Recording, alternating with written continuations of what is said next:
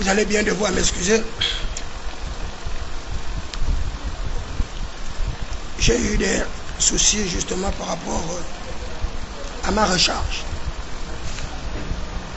Je disais que les gens qu'ils ont envoyés défendre la Constitution, faire la propagande du oui, certains font la propagande du non, nombreux n'ont pas d'argument. Parce qu'ils ne lisent pas la Constitution.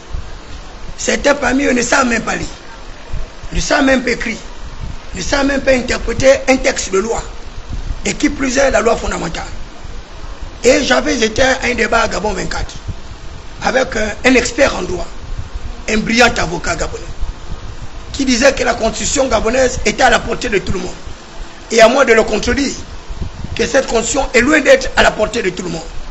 Si même la Constitution française, dans les pays industrialisés et développés, avec de forts taux de scolarisation, si la Constitution américaine, avec de forts taux d'appréhension justement des capacités cognitives des personnes, n'arrivait pas à appréhender leur propre conscience, a fortiori lorsqu'il s'agit des populations africaines, largement analphabètes et déscolarisées.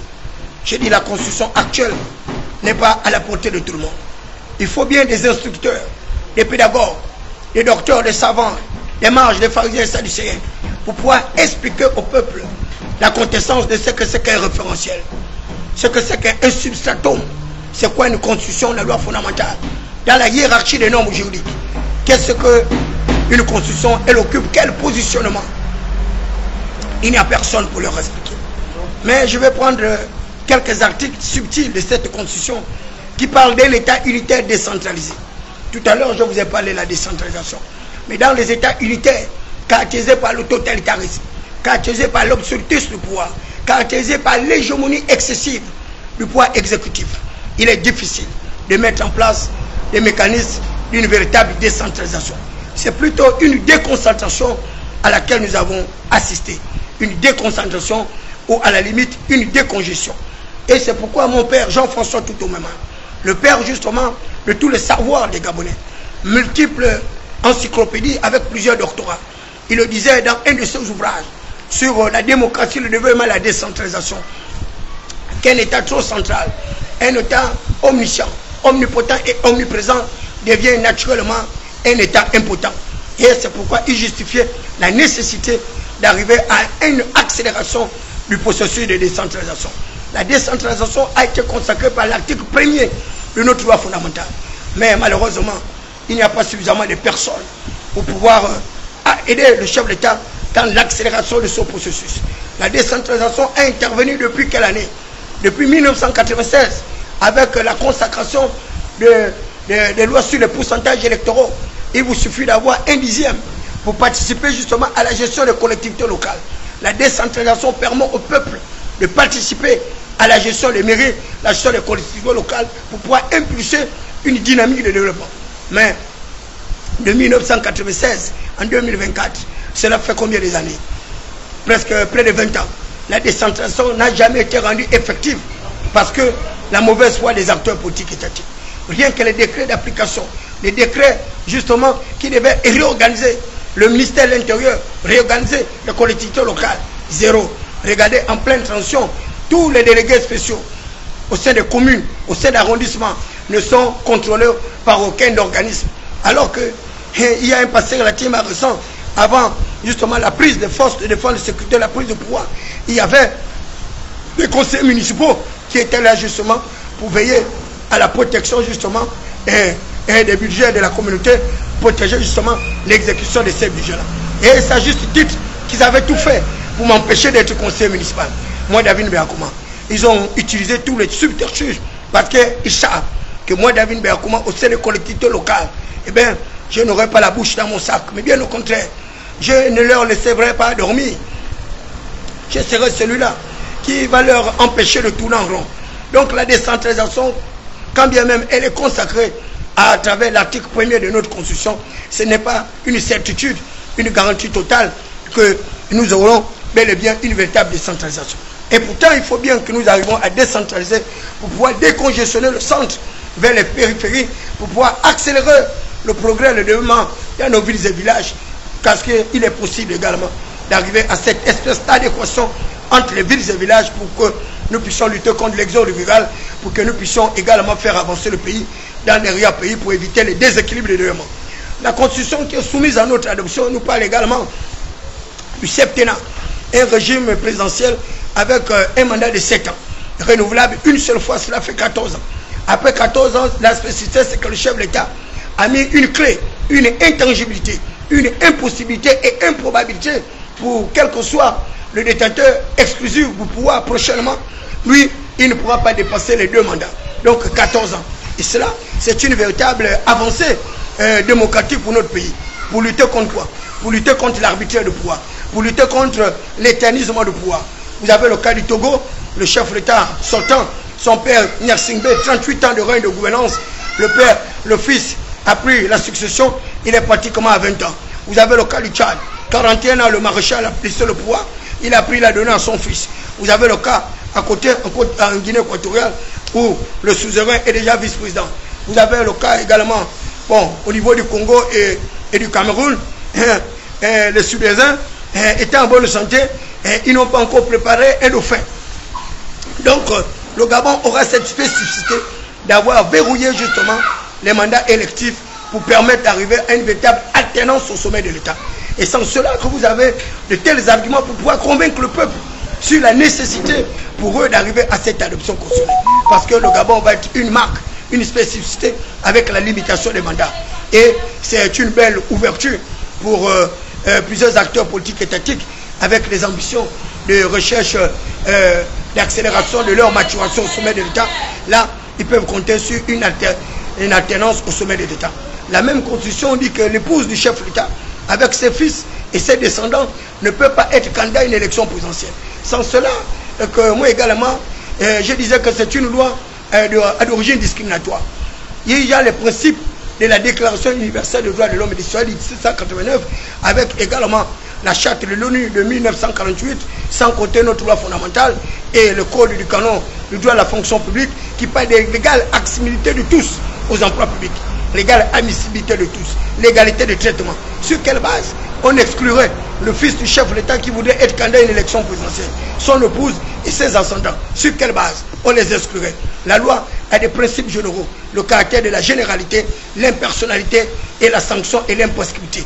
Donc cette loi qui est en défaveur justement des ascendants du chef de l'État, eh bien c'est une loi liberticide et cet article également, on aurait pu le supprimer ou bien l'amender en le reformulant autrement. Mais qu'à cela ne plaise, le chef de l'État a bien et bien voulu éviter une succession monarchique de telle sorte qu'un chef de l'État au pouvoir doit savoir qu'après les 14 ans, eh bien, son fils ne pourra pas se porter candidat, son épouse ne pourra pas se porter candidate pour permettre à ces derniers de se consacrer à autre chose. Certainement se consacrer dans la recherche du confort et bien-être des populations. Vous avez également ce principe d'intangibilité qui s'est retrouvé au niveau justement de la recherche et la décentralisation. Donc ça c'est autant de points qui peuvent vous permettre de susciter un certain intérêt pour les personnes, tenter de convaincre ces personnes-là. Il y a également la loi sur le financement des partis politiques. Il y a la loi qui reconnaît justement l'action syndicale avec la société civile qui est également codifiée dans la Constitution. Mais malheureusement, tous ces organes-là ne peuvent exercer leur activité qu'en se référant à la loi. Or, se référer à la loi, eh bien, c'est une manière également de réduire, de bloquer l'activité de la société civile, mais également des syndicats. Or, l'idéal aurait été qu'on puisse véritablement déflexibiliser ces lois-là pour permettre aux Gabonais de jouir de leur totale liberté. La liberté d'action, la liberté de manifestation, la liberté d'expression, la liberté de culte, etc., etc. Mais dans tous les cas, nous allons tout faire pour que ces dispositions qui relèvent, quelles que soient adoptées par la Constitution, parce qu'il nous faut avancer, eh bien, nous ferons tout pour que les Gabonais puissent véritablement jouir de leur liberté totale. Donc, vous avez encore plusieurs autres articles, mais je parlerai du dernier article, l'article 172 et l'article 173. Cet article me paraît insidieusement mis à l'intérieur de la Constitution pour tout simplement arriver à saborder cette même Constitution-là. Comment voulez-vous que le 16 novembre prochain, lorsque les Gabonais iront voter, eh bien, la Constitution qui aurait été adoptée n'aura le caractère exécutoire qu'après l'élection du chef de l'État. Je dis bien qu'après l'élection du chef de l'État. C'est une disposition finale qui est contenue dans à l'article 173 de la Constitution. À savoir que la disposition constitutionnelle, toutes les dispositions constitutionnelles auront le caractère exécutif qu'après l'élection du chef de l'État. Or, nous savons que l'élection du chef de l'État est supposée être en août 2025. Si nous respectons les 2 années de la transition, sans compter une autre période d'exceptionnalité, c'est-à-dire une année qu'ils ont gardée en cas de force majeure, au cas où ils n'arriveraient pas à procéder aux élections dans les conditions requises par la loi qui est la leur. Donc, vous voyez bien qu'il y a une espèce d'entourloupe dans ce dernier article. Parce que la réalité qui aurait dû faire, c'est que une fois on arrive à adopter la Constitution, eh bien, on met en place des mécanismes maintenant de restauration des institutions. Comment arriver à des élections législatives, des élections locales, des élections transparentes pour que nous ayons une nouvelle assemblée. Une assemblée à l'image du peuple, non pas les députés nommés, mais des députés élus par le suffrage universel direct et les sénateurs par le suffrage universel direct. Et c'est le même cas également pour le chef de l'État. Donc il faut qu'on nous définisse le calendrier à venir pour que nous puissions accélérer ce processus-là pour sortir de cette transition-là, afin que les véritables pères de cette transition puissent véritablement avoir le poids qui est le leur, parce que la démocratie pluraliste consiste à donner le poids au peuple, par le peuple et pour le peuple. Et c'est le peuple le seul suzerain, c'est le peuple le seul garant du pouvoir exécutif, c'est le peuple le seul garant du pouvoir législatif, c'est le peuple qui est le seul garant du pouvoir judiciaire. Même la justice est rendue au nom du peuple souverain. Mais pourquoi est-ce qu'on arrive à ne pas donner un certain intérêt pour les populations? On arrive à les esclavagiser, à les déshumaniser, on arrive à les matraquer, on arrive à les tromper avec les fausses philosophies, des fausses théories économiques, des fausses doctrines, des passés qui n'ont pas produit des résultats escomptés ailleurs. J'insiste et je le répète, la démocratie est le meilleur système de gouvernance politique étatique. C'est la démocratie qui permet à l'ensemble de tous les citoyens de bénéficier des mêmes droits, des mêmes garanties constitutionnelles. C'est la démocratie qui vous permet d'être en égale admissibilité de compétition pour que le meilleur puisse émerger. Mais dès lors qu'on bloque le processus de démocratisation plurielle pour éviter la saine compétition électorale, la saine émulation pour que le meilleur puisse émerger, eh bien, ces gens-là vont continuer à matraquer les paisibles personnes que nous sommes, qui sommes des défenseurs de droits et libertés, qui sommes des aiguilleurs de l'opinion, qui sommes là pour donner au peuple une certaine pédagogie, une certaine instruction pour que le peuple puisse être éclairé et être apte à choisir le 16 novembre prochain.